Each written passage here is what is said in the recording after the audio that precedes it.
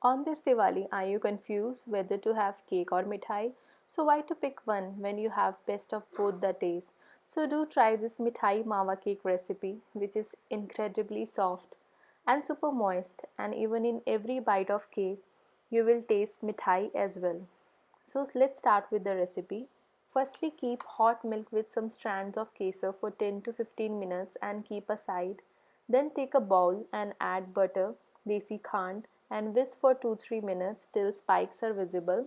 Don't forget to scrape the edges with spatula while whisking, that makes uniform creaming. Creaming process will incorporate enough air in the batter that makes the cake light and spongy. This cake is laden with Indian flavors and it is almost like eating an Indian sweet in the cake form.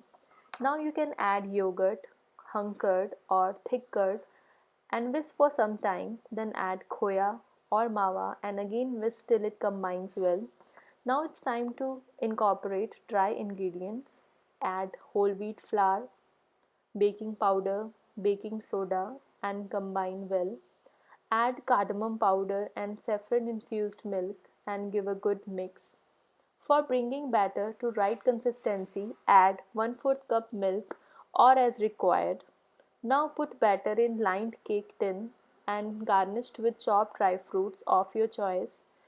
Now preheat and bake the oven at 170 degrees Celsius for 30 to 35 minutes or till toothpick comes clean. Enjoy this healthy mithai on this Diwali and do let me know in comment section that how it comes out. If you haven't subscribed to my channel, then do like, share and subscribe to see such kind of healthy content. Your one like, comment and share always give us motivation to make more such kind of videos.